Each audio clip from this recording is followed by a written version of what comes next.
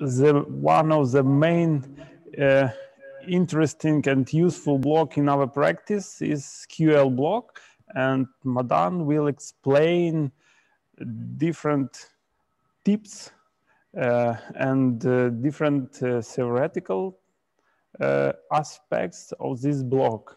Please. Thank you very much, Vlad.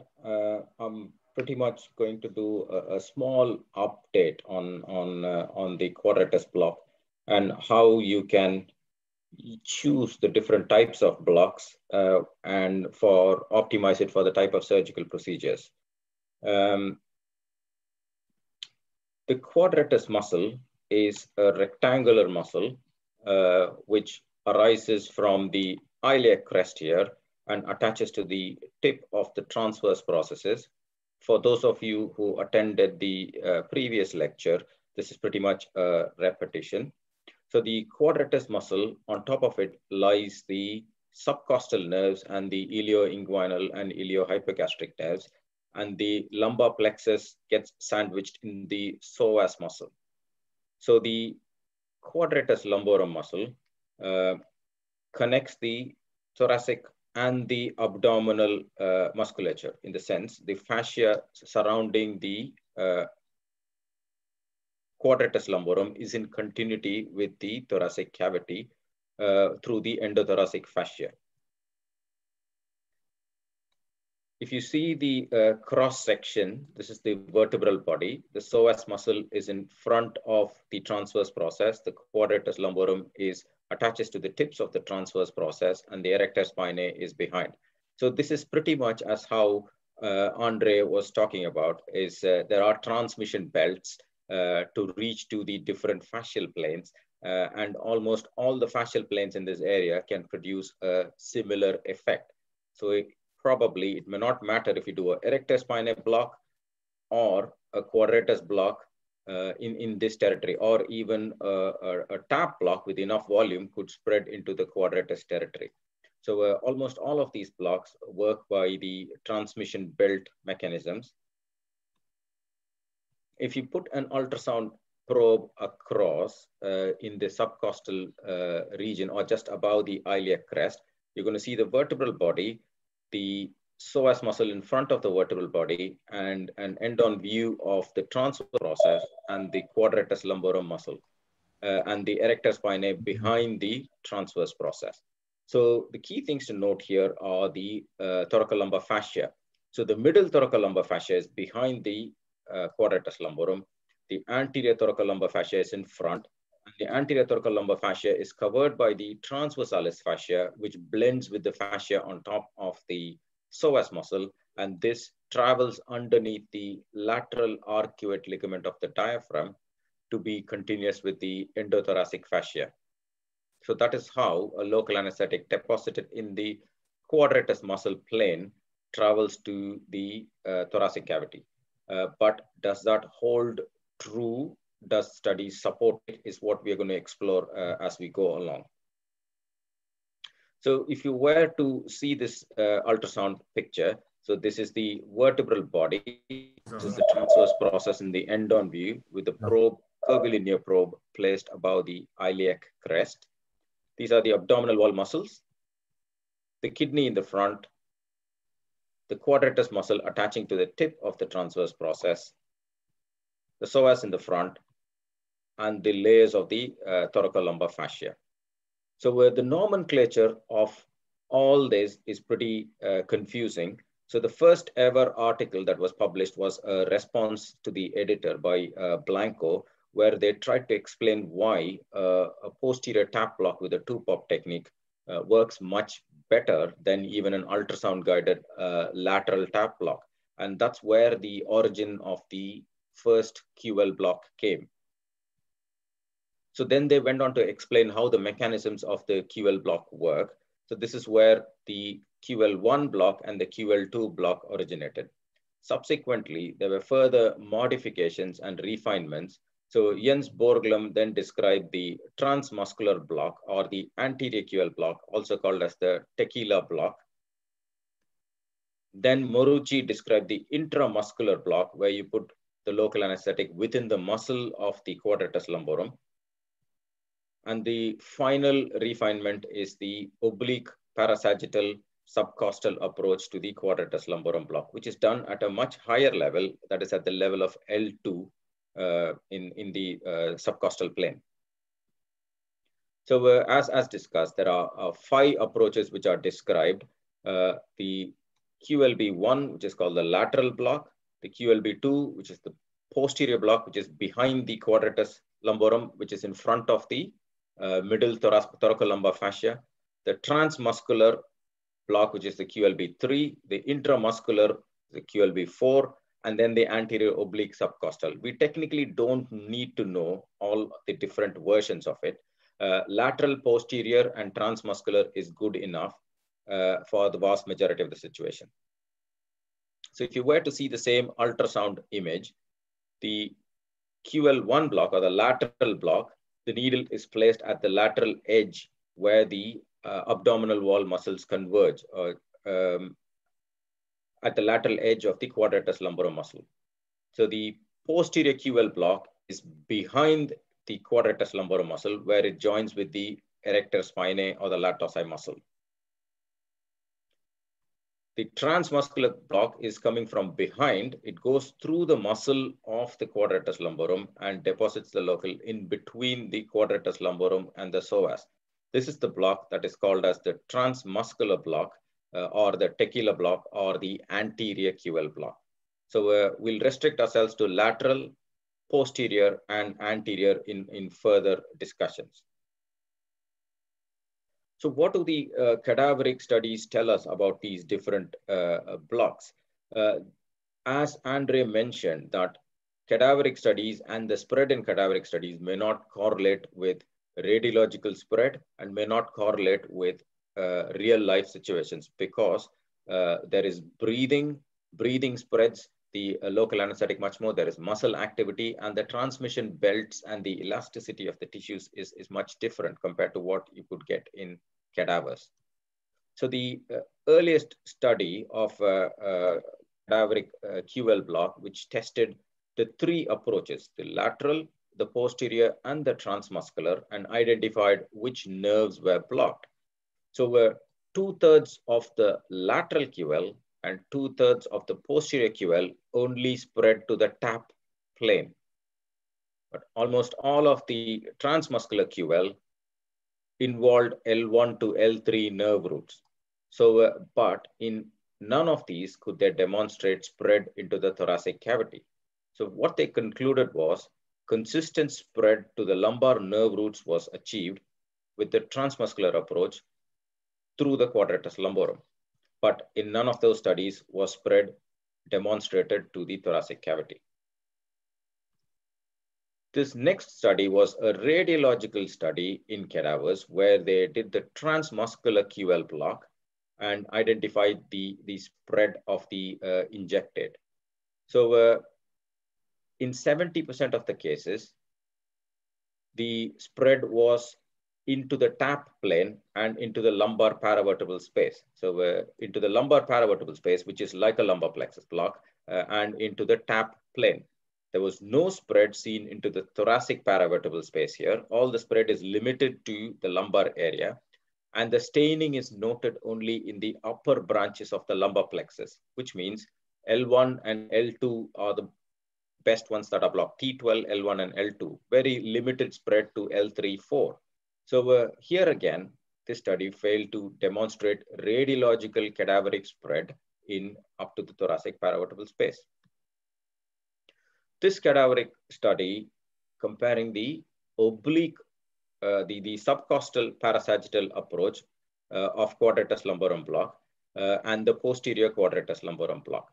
So what they saw here was the posterior quadratus lumborum block got T10 to L1, which is anything which is going to help for the hip surgery, which is T10, T11, T12, the subcostal nerves and the L1. So there's very limited spread to L2-3, which is the lower femoral nerve roots. They're all not blocked. That's in the posterior QL. But the anterior QL that demonstrated spread up to T6.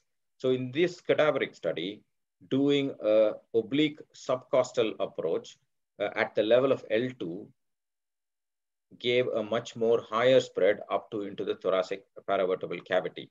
So, but they demonstrated a consistent spread of ilioinguinal, iliohypogastric, and 11 and 12 and 1 nerve roots with variable distribution to 9 to 12. That is, this distribution is much smaller, but 9 to L1 is consistently blocked by the oblique subcostal approach. But there was no staining of the lumbar plexus. So if you want to have hip surgery from these cadaveric studies, what you can infer is you need to do a combination of QL plus some other technique as well. So this study by Jens Borglem and his team and Bernard Morigal comparing the quadratus lumborum in the subcostal approach, the transmuscular approach or the anterior approach, and compared it with the oblique where they moved slightly the probe down and did the same transmuscular approach. And here their study showed extensive spread into the thoracic cage as well. So here, this is all staining of the quadratus lumborum, covering all the other nerve roots such as T12, L1, and L2, the ilioinguinal, iliohypogastric, and through the lateral arcuate ligament. You could see the ligaments here. It spreads up into the thoracic cavity as well. So this is one of the studies, cadaveric studies, where spread was demonstrated into the paravertebral space. So all injections spread to the thoracic paravertebral space and intercostal space, and even the thoracic sympathetic trunk was blocked. Caudal to the diaphragm, they showed consistent spread to the subcostal, iliohypogastric and ilioinguinal nerves, but no dye was seen in the lumbar plexus, femoral nerve, or the lumbar sympathetic. So almost all these studies show that the lumbar plexus, only the upper roots are involved, which is up to L1, maximum L2, but 3, 4 is never involved. So this MRI-based study by Blanco, who initially described this QL block, compared posterior versus posterior block versus the lateral block, which is the block at the edge of the QL muscle. So all they demonstrated was spread only along the quadratus muscle. The posterior block spread a little bit on MRI studies into the paravertebral space. You could see the ribs over here. A little bit of spread into the paravertebral space was noted in the posterior block, which was not obtained in the cadaveric studies. So the indications for all this QL blocks is continuing to expand. At the moment, the current maximum evidence is available for cesarean sections, inguinal hernia, and for nephrectomy and hip surgery. So all the other indications just are evolving over time, but the evidence is available for these 4 that there is some beneficial effect. We'll discuss through that as what is available. So this first systematic review and meta-analysis, literally every month there's a meta-analysis coming out on QL blocks. So QL blocks for post-op analgesia following cesarean section. So when you compare QL block with no block, the morphine consumption is reduced and the pain scores are lower. So QL block is better than no block, but there's insufficient evidence testing QL block with intrathecal morphine. So the next meta-analysis which came out tested that hypothesis. So a post-op analgesia effectiveness of QL block, a systematic review and meta-analysis, what they identified was a QL block with intrathecal morphine or a QL block with just intrathecal morphine, there's no difference. So basically a QL block added to a spinal with intrathecal morphine makes no difference. And a QL block is equal to intrathecal morphine. So it's non-inferior. A QL block only makes a difference when you can't give somebody intrathecal morphine. So when you don't do a spinal, like a patient has a GA, or if a patient, you can't give spinal with opiates, then a QL block addition is useful. In all other situations, it confers no benefit because the duration of block does not extend beyond the intrathecal morphine dosage duration. So however, so the clinical utility of this block is limited to situations in which spinal morphine cannot be used. That is, if the patient either has a GA or does not get morphine in the spinal.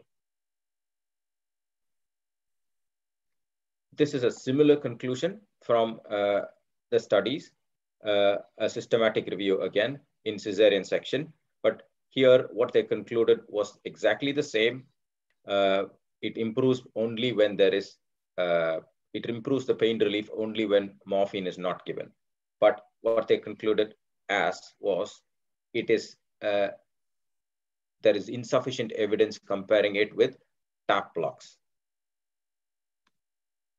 So this was a systematic review again, which put together all the studies, not only cesarean sections, but all other available evidence, and concluded that QL block significantly reduces opiate requirements in cesarean sections and in renal surgery. So the second group of surgery where it benefits much is the renal surgery.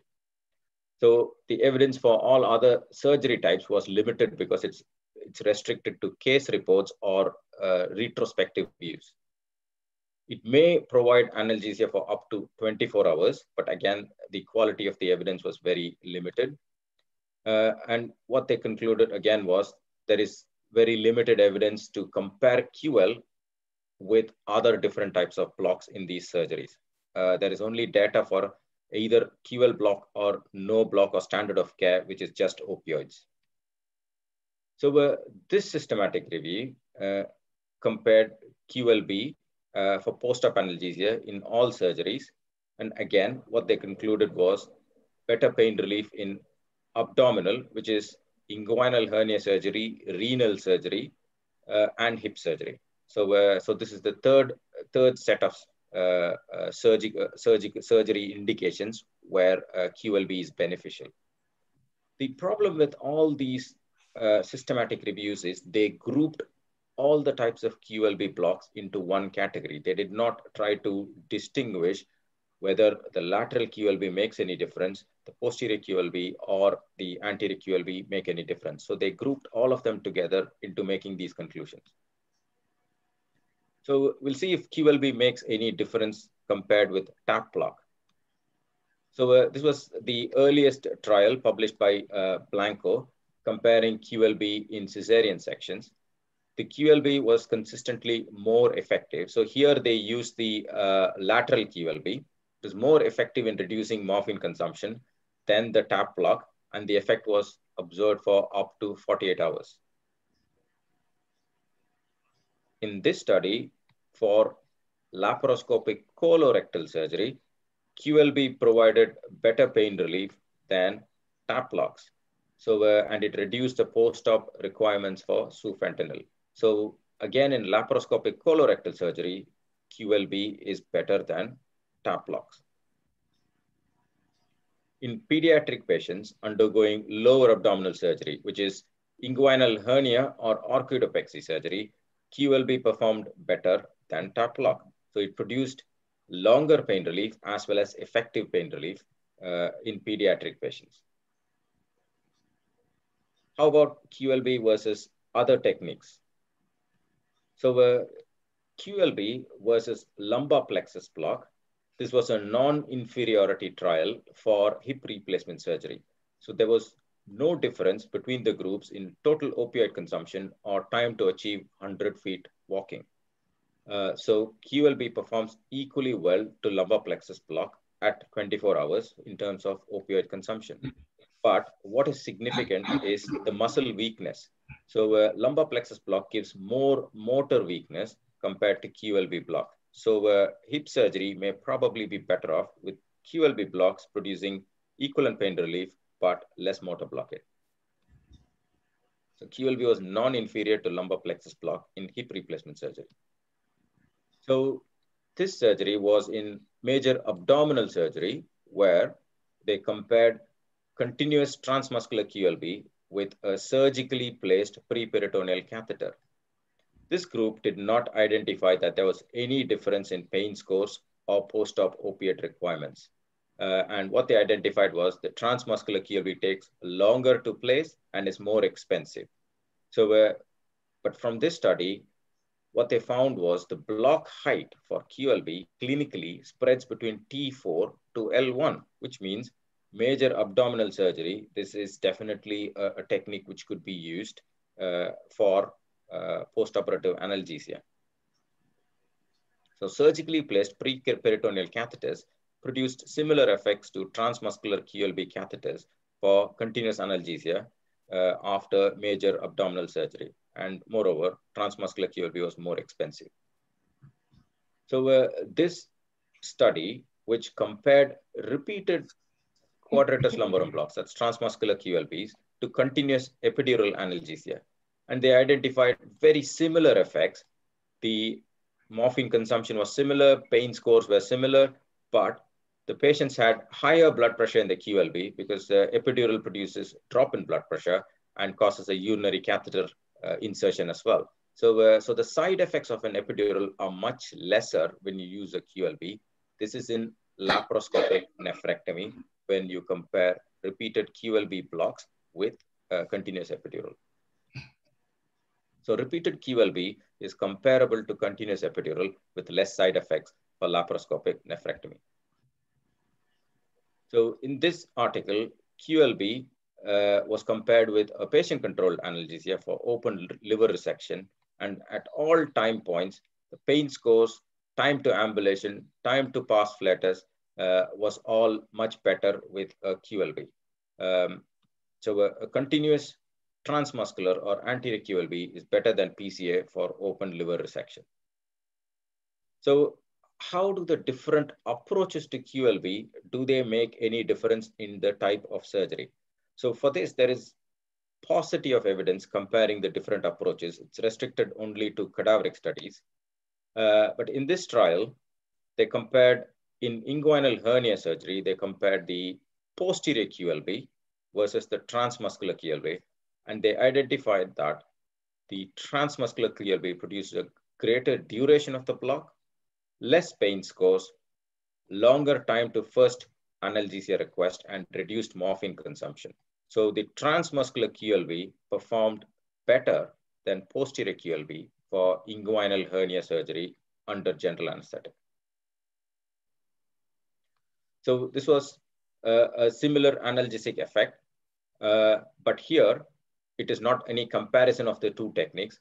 A lateral approach to the QL block produced significant opioid reduction benefits and early ambulation, and a similarly anterior subcostal approach or the transmuscular QL block produced reduction in opioid consumption in laparoscopic nephrectomy.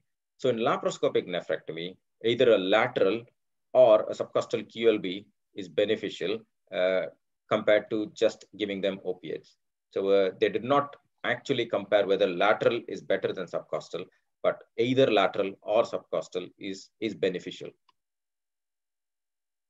And similarly, a transmuscular QLB was compared to no block, and it showed a reduction in morphine consumption, early ambulation, reduced length of stay. So in patients undergoing percutaneous nephrolithotomy, that is stone removal, they have better analgesia with a transmuscular QLB. So what about the role of additives? The two additives that have been best tested are dexamethasone and dexmedetomidine. The studies from dexmedetomidine are still ongoing, but dexamethasone addition to a QLB for hernia surgery shows a prolongation of block. So greater time to request analgesia, reduced tramadol consumption, and reduced pain scores. So dexamethasone adding is beneficial for lateral QLB in hernia surgery. So in terms of difficulty and choosing the block, this is the best summary that I could find for the different types of QL block. The posterior QL block is the safest, and the intramuscular QL block is the easiest. The difficult ones are the anterior QL block or the oblique subcostal block. These are the difficult ones. But in terms of their safety profile, in expert hands, all of them tend to be pretty much safe. So the technique of doing the QL block, I'll just talk about the transmuscular approach and only the oblique subcostal approach. So with a patient can be in the lateral position or the supine position. The supine position is used for the lateral QLB. The lateral position is used for pretty much all the other approaches, either the intramuscular, transmuscular, or the posterior QLB. Even for the oblique QLB, oblique subcostal, the probe is placed in a parasagittal direction and the needle comes from caudad to cephalad. So it is all in the lateral position. So only the lateral QLB can be done in the supine position. You use a curvilinear probe, a 2 to 5 megahertz probe like this, and use a longer needle, like a 80 to 100 millimeter needle. So a volume of around 20 to 30 mL per side is necessary for a good QLB. And the direction can be either posterior to anterior or anterior to posterior in this direction. So this is a video demonstration of a transmuscular QLB, where the needle comes from posterior to anterior, and you could see the quadratus muscle, the psoas muscle, and the transverse process over here, and the injection of local being in the plane between the quadratus and the psoas. So this is a transmuscular or an anterior quadratus block. The subcostal quadratus block is done with the probe in the parasagittal position with the patient in the lateral position. You place the probe at the lateral edge of the erector spinae muscle, around 2 to 3 centimeters lateral to the midline at the costal angle. So when you place it at the costal angle, you're at roughly the level of L2. So at this level, you identify the erector spinae and the quadratus, or if you're a bit more lateral, you'll find the lat dorsi and the quadratus lumborum muscle. Then you can see the kidney and then the anterior thoracolumbar fascia. So you'll see that in the next. Here you could see the rib here. This muscle is the erector spinae muscle, and this is the quadratus lumborum muscle. If you were to do a posterior QL block, you do it over here, which is in between the erector spinae and the quadratus lumborum. If you were to do an anterior subcostal block, you do it penetrating the quadratus lumborum and staying above the thoracolumbar fascia. So, and this is the psoas muscle, and you could see the kidney here. The quadratus muscle attaches to the rib, the 12th rib. So you could see in this video here, the erector spinae muscle here, the quadratus lumborum muscle, which is like a boat-shaped muscle, the kidney with the perinephric fat, the psoas muscle, and then the 12th rib was over here. So this is the anterior layer of the thoracolumbar fascia, which is in between the QL and the psoas. So this video shows a QL block and a catheter being inserted. Can you see a catheter being inserted between this psoas muscle, which is here, and the quadratus muscle over here? This is an oblique subcostal QL catheter insertion for a patient who underwent a laparotomy. So the transmuscular QL, you just inject into the body of the quadratus. So this is the psoas, this is the quadratus. If you just inject into the body of the psoas, it is supposed to, because the quadratus, it's a multipennate muscle, there is extensive spread to involve the branches of the upper lumbar and the subcostal nerves. So in summary, the cadaveric studies have produced mixed results with spread to the thoracic paravertebral space, but they consistently show that only the upper lumbar roots are blocked. The lower lumbar roots are not blocked. It's been consistent across all the cadaveric studies. The different approaches to the QLB may have different clinical effects, so the results of the meta-analysis may not be totally valid for different approaches. So currently there is insufficient evidence comparing them. So the best evidence so far is in cesarean section, where if a patient cannot have spinal opiates, then adding a QLB makes a good difference to their pain scores and their opioid requirements. QLB is also beneficial in laparoscopic nephrectomy. It is non-inferior to lumbar plexus block for hip surgery, but with a reduced side effect profile like less motor blockade of the femoral nerve. QLB is definitely better than a tap block in almost all indications and all surgical types. There should be a word of caution that there could be motor weakness with QLB block, and it's a deep block with a risk of complications. So what would I do? If there is a patient for a cesarean section, I would choose the easier blocks, which is either the lateral or a posterior QLB. I don't want them to have muscle weakness. If I have a patient who's having hip surgery, again, I would do either a lateral or a posterior QLB. Because I would need the lower branches of the lumbar plexus blocked for complete sensory analgesia, I would also do a lumbar plexus block in addition. For a nephrectomy, I would either do a transmuscular or a lateral QLB, and I'd do a unilateral block. For a patient undergoing a laparotomy, I would either do an anterior, that is transmuscular QLB, or a subcostal QLB if I need catheter insertion. Because with the transverse approach, the catheter insertion is not very easy, but with the subcostal approach from behind, it is a much easier approach as I demonstrated.